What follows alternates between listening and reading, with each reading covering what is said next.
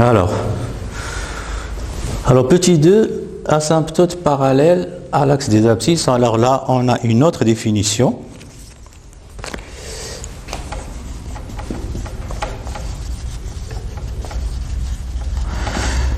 Alors pour cette définition, on calcule toujours la limite quand x tend vers plus l'infini ou bien quand x tend vers moins l'infini.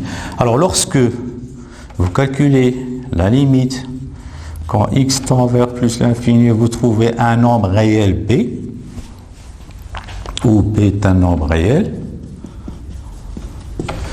alors on dit que la courbe admet une asymptote à ce moment-là parallèle à l'axe des abscisses, ou bien tout simplement on dit horizontale puisqu'on travaille dans un repère orthogonal, donc parallèle à l'axe des abscisses.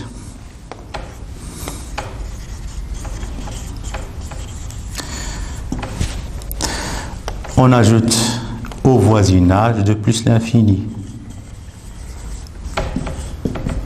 Parce qu'on peut travailler, on a une même définition lorsque x tend vers moins l'infini. Alors la courbe admet une asymptote parallèle à l'axe des abscisses, bien sûr à une asymptote de la courbe.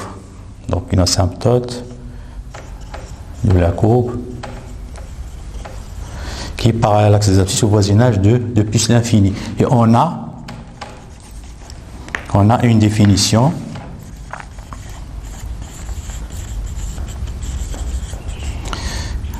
similaire au voisinage.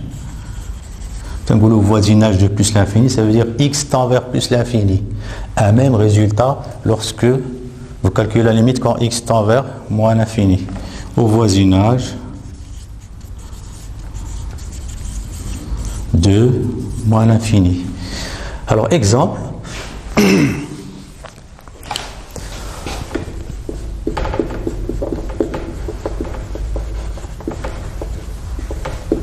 Un premier exemple, on pose f de x égale 2x sur x plus 1.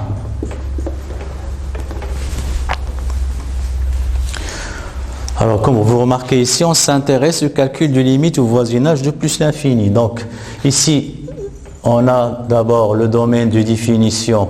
Il est clair que c'est R moins 1, parce que x plus 1 égale à 0 veut dire x égale à moins 1, donc c'est R moins 1.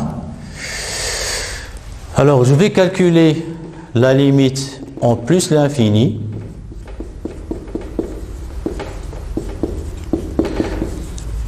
Alors, c'est la limite de 2x sur x plus 1.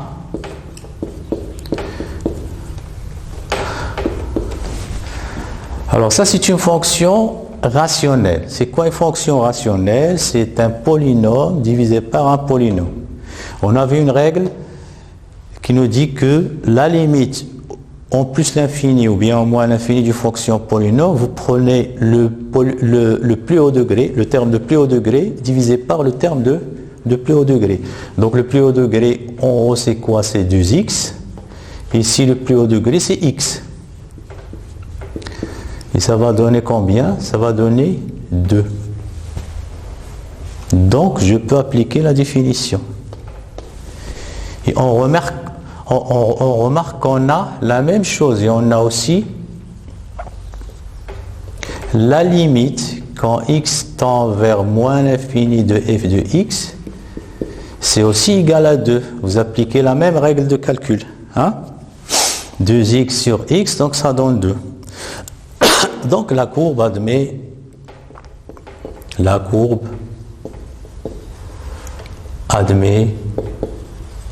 une asymptote parallèle à l'axe des abscisses, c'est-à-dire horizontale,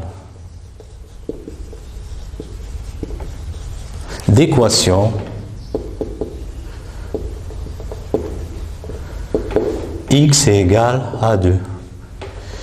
Et ici, c'est au voisinage de plus l'infini et de moins l'infini. Donc, alors, si vous voulez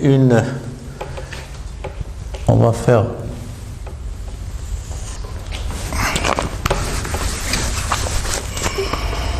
un petit dessin. Ça, c'est toujours le repère. Vous avez la droite, elle est horizontale. Donc tout à l'heure, je trace des droites verticales. Maintenant, je vais tracer des droites horizontales. Voilà. Alors pour cette fonction, ça tend vers 2. Il y a un petit problème, c'est que la fonction, lorsque x tend vers plus l'infini, s'approche de 2. Donc je peux avoir ce cas de figure ou bien celui-là. Mais pour connaître lequel des deux, en général, on détermine le signe de f de x moins 2. S'il est positif, donc on détermine le signe de x moins 2. Vous avez deux cas. S'il est positif, ça veut dire que la courbe se trouve au-dessus. Il est fort. S'il est négatif, il se trouve en dessous. D'accord ? Donc pour nous ici, si je calcule 2x sur x plus 1 moins 2, alors si je réduis au même dénominateur, vous allez écrire comme ça, x plus 1 sur x plus 1. Alors vous aurez x plus 1. Ce genre de questions, vous l'aurez dans l'exercice. Pour faire une étude de fonction, on vous donne des questions bien détaillées. Donc ne vous inquiétez pas. Alors c'est moins 2 sur x plus 1. Donc si je travaille ici au voisinage de plus l'infini, ça c'est positif. Et ça c'est négatif. Donc le tout ça va être négatif. C'est-à-dire on aura cette situation-là. Donc je vais effacer ça. Je ne peux pas avoir les deux en même temps. Donc ce genre de choses, donc vous l'aurez dans les questions.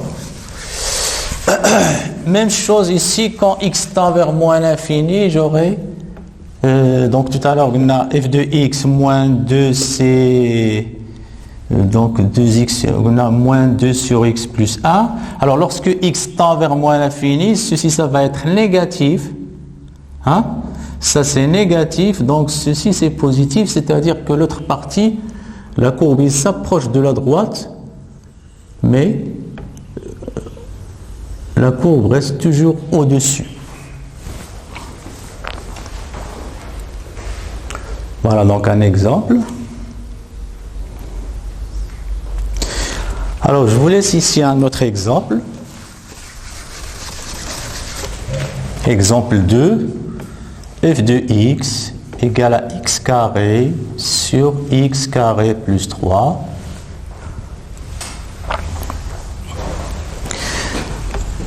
Alors, calculer la limite x tend vers plus l'infini de f de x et la limite quand x tend vers moins l'infini de f de x.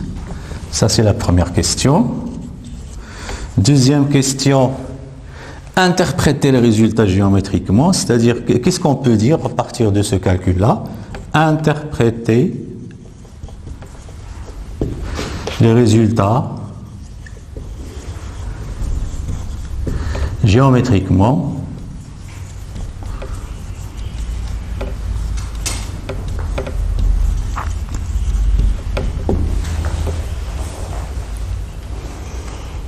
Ensuite, si vous voulez faire un petit dessin, vous remarquez ici que je n'essaie pas de tracer toute la courbe. J'essaie uniquement de voir ce qui se passe au voisinage de plus l'infini, au voisinage de moins l'infini. Donc c'est tout ce que j'essaie de faire.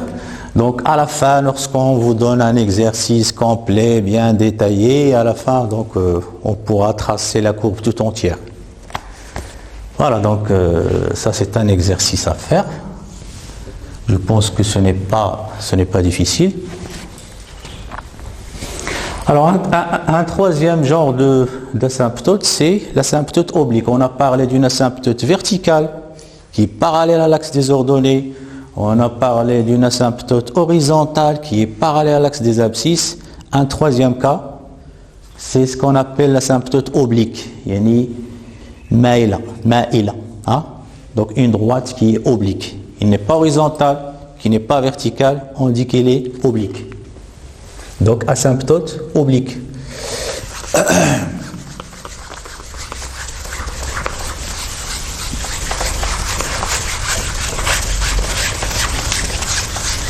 Parce qu'il existe des fonctions qui présentent des asymptotes horizontales, il y en a qui présentent des asymptotes verticales, et bien sûr d'autres qui ont des asymptotes obliques.